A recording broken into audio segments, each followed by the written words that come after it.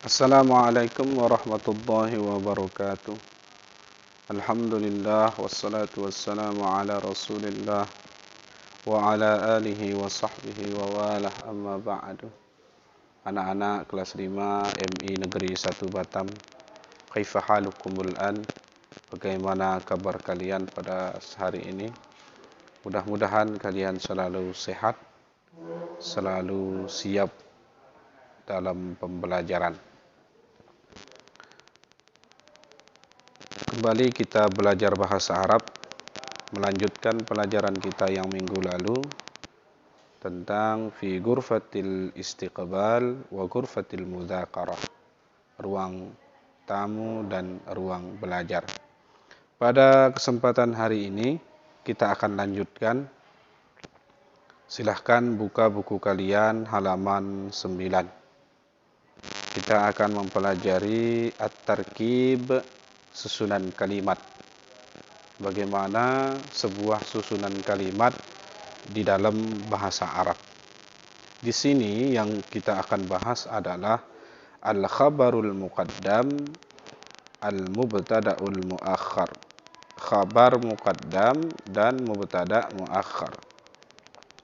Sebelum kita lanjut kepada khabar muqaddam dan mubtada' muakhar, kalian harus tahu dulu apa itu mubtada' dan apa itu khabar.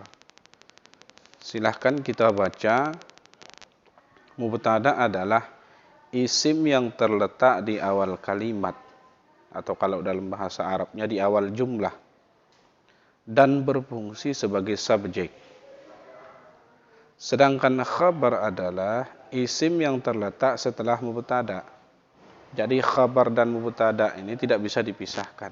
Setiap ada mubtada' pasti ada khabar. Mubtada' adalah sesuatu yang mengawali. Khabar adalah berita dari mubtada' tersebut, menjelaskan si mubtada'. Karena khabar ini sebagai predikat. Sedangkan khabar adalah isim yang terletak setelah mubtada' dan berfungsi sebagai predikat. Pada dasarnya, khabar terletak setelah mubtada'. Karena khabar ini adalah penjelasan dari si mubtada'. Misalnya, Muhammadun fiddari. Muhammad di dalam rumah. Di dalam rumah ini adalah kalimat yang menjelaskan tentang si Muhammad. Muhammadun fil masjid. Muhammad di masjid. Kata-kata di masjid adalah penjelasan berita daripada si Muhammad. Berita tentang di mana sebenarnya si Muhammad. Jadi khabar itu adalah penjelasan dari mubtada'. Jadi pada dasarnya khabar terletak setelah mubtada'. Namun ahli nahwu berpendapat bahwa dalam beberapa keadaan khabar wajib didahulukan. Jadi ada di beberapa tempat berita itu didahulukan daripada orang yang diberitakan. Berita itu didahulukan daripada sesuatu yang diberitakan. Begitu.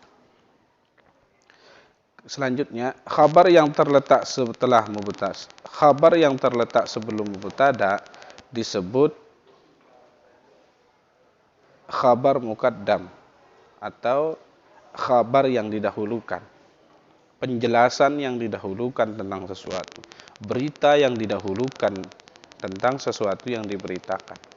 Dan mubtada' yang terletak setelah khabar disebut dengan mubtada' muakhar, subjek yang diakhirkan. Namun pada dasarnya anak-anak Bapak, mubtada' lah yang lebih dulu daripada khabar pada dasarnya. Tapi ada suatu keadaan yang menuntut khabar ini didahulukan dengan ketentuan-ketentuan yang tertentu. Kita perhatikan nomor 1, yang membuat khabar itu didahulukan. Yang pertama adalah mubtada berupa isim nakirah. Isim nakirah artinya kata benda yang masih bersifat umum.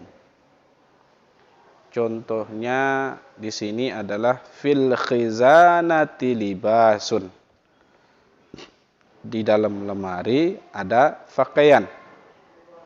Fil khizanati ini adalah menjelaskan tentang libasun, menjelaskan tentang pakaian, maka posisinya adalah sebagai khabar. Libasun di sini sebagai mubtada. Nah, seperti kata Bapak yang tadi, pada dasarnya mubtada lah yang harus didahulukan baru khabar. Namun di sini kenapa khabar didahulukan? Karena kata-kata libasun adalah isim nakirah. Isim nakirah artinya kata benda yang bersifat umum. Fil khizanati libasun. Di dalam lemari ada pakaian. Pakaiannya umum. Pakaian apa? Belum ditentukan.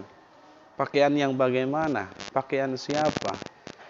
Ya, ini masih umum. Sehingga ketika dia berposisi sebagai menjadi mubtada, syaratnya tidak terpenuhi. Akhirnya dia dibelakangkan. Karena syarat mubtada itu adalah isim ma'rifah. Ya, isim yang sudah tentu jelas modelnya, punya siapa. Sedangkan di sini hanya libasun, bersifat umum, maka dia dibelakangkan. Fil khizanati libasun. Di dalam lemari ada pakaian.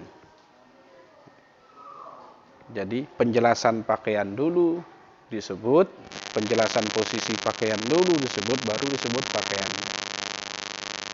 Ya.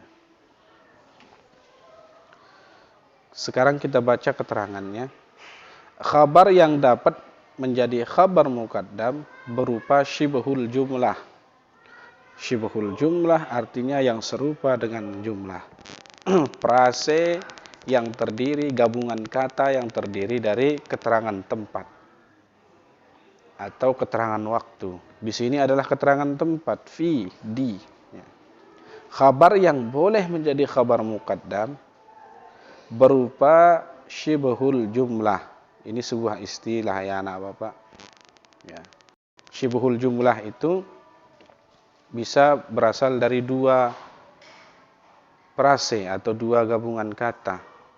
Dua model gabungan kata. Yang pertama keterangan tempat, yang kedua adalah keterangan waktu. Contoh keterangan tempat, fil bait, di rumah. Amamal bait, di depan rumah. Wara'al bait, di belakang rumah. Ini adalah keterangan tempat. Ya. Alal ha'id, misalnya, di atas dinding. Tahtas syajarah, di bawah pohon. Ini semuanya adalah penjelasan tentang keterangan tempat. Ini namanya syibhul jumlah. Serupa dengan kalimat, tapi bukan kalimat. Ya. Dia hanyalah frase yang punya makna ketika digabungkan. Yang B, pada perubahan mubtada muakhar, alif lam dihilangkan dan harokat menjadi tanwin atau dhammatain. Perhatikan libasun. Dia tidak punya alif lam.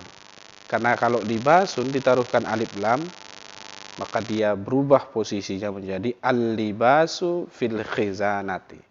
Pakaian itu di dalam lemari.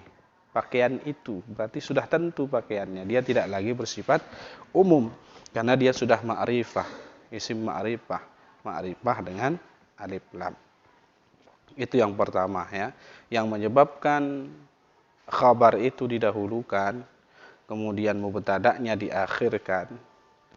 Yang pertama adalah karena mubtada'nya berasal dari isim nakirah, kata benda yang masih umum, dan khabarnya berasal dari syibhul jumlah, frase gabungan kata tentang keterangan tempat.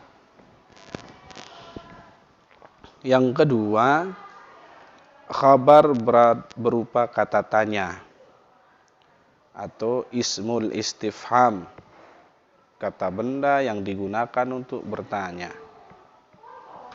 Contohnya, aina kitabuk? Di mana bukumu? Aina di sini adalah khabar dari kitabuka. Aina di sini adalah kata benda yang digunakan untuk bertanya. Isim istifham yang digunakan untuk bertanya. Di mana? Ketika aina ini sebagai khabar, maka dia wajib didahulukan. Contohnya, aina kitabuka? Di mana bukumu? Aina Muhammad? Di mana Muhammad? Aina Ismail? Di mana Ismail? Semuanya itu adalah ainanya menjadi khabar muqaddam. Kemudian isim atau kata benda setelahnya posisinya sebagai mubtada muakhar. Untuk lebih jelasnya, coba kalian perhatikan kolom ini. Di sini ada al-khabarul muqaddam, al-mubtada'ul muakhar. Al-khabarul muqaddam di sini ada berapa susunan. Pertama, huruf atau dzarf, keterangan tempat atau keterangan waktu ya. Di sini digunakan keterangan tempat, kemudian ismun, kata benda. Gabungan antara dzarf dan isim ini akan menjadi khabar muqaddam. Karena dia syibhul jumlah, serupa dengan kalimat. Padahal bukan kalimat, dia hanya sebuah frase, sebuah gabungan kata dari keterangan tempat. Kemudian ada al-mubtada'ul muakhar, subjek yang dibelakangkan. Di sini dari dua bentuk kata. Yang pertama isim atau kata benda. Yang kedua adalah sifah, ya, sifat. Seperti jamilun, indah, itu sifat. Kabiratun, besar, luas, kecil, besar, itu semuanya isim yang berasal dari kata sifat. Sifat suatu benda. Ya. Kita contohkan nomor 1. Fi ghurfatil julusi sitaratun jamilatun. Di ruang tamu ada gorden yang indah. Alal haiti, nomor 2. Alal haiti sa'atun kabiratun. Di atas dinding, perhatikan ini juga termasuk gabungan antara keterangan tempat atau syibhul jumlah. Alal haiti sa'atun kabiratun. Ada jam yang besar. Sa'atun ini adalah isim nakirah. Dari mana kita tahu dia isim nakirah? Ada tanwinnya, tidak ada alif lamnya. Biasanya isim nakirah itu, kata benda yang masih umum itu, ditandai oleh tanwin. Tidak ada alif lamnya. Alal haiti sa'atun kabiratun. Di atas dinding ada jam yang besar. Contoh yang ketiga, amamal madrasati sahatun wasi'atun. Di depan sekolah, sahatun wasi'atun, ada halaman yang luas. Amama ini artinya di depan, keterangan tempat. Sahatun adalah mubtada muakhar. Amamal madrasati adalah khabar muqaddam. Wasi'atun adalah sifatnya nanti. Contoh selanjutnya, wara'al baiti. Wara'a artinya di belakang, keterangan tempat juga. Di belakang rumah, hadiqatun saghiratun. Ada taman yang kecil. Hadiqatun ini mubtada muakhar. Wara'al bait ini khabar muqaddam. Saghiratun sifat dari hadiqatun. Janibal madrasati, di samping sekolah. Di samping ini juga keterangan tempat, syibhul jumlah. Maktabatun kabiratun, ada perpustakaan yang besar. Kesimpulannya, pada dasarnya yang duluan adalah mubtada, baru khabar belakangan. karena khabar adalah menjelaskan mubtada. Tapi khabar bisa jadi berada di depan mubtada dan mubtada di belakang khabar, terjadi di beberapa tempat. Di antaranya ketika khabarnya terdiri dari keterangan tempat atau syibhul jumlah dan mubtada'nya berasal dari kata benda yang masih umum atau disebut dalam isim nakirah. Maka dalam kasus ini khabarnya wajib didahulukan, mubtada'nya dibelakangkan. Khabar yang didahulukan ini namanya khabarul muqaddam, mubtada' atau subjek yang dibelakangkan ini namanya mubtada'un muakhar.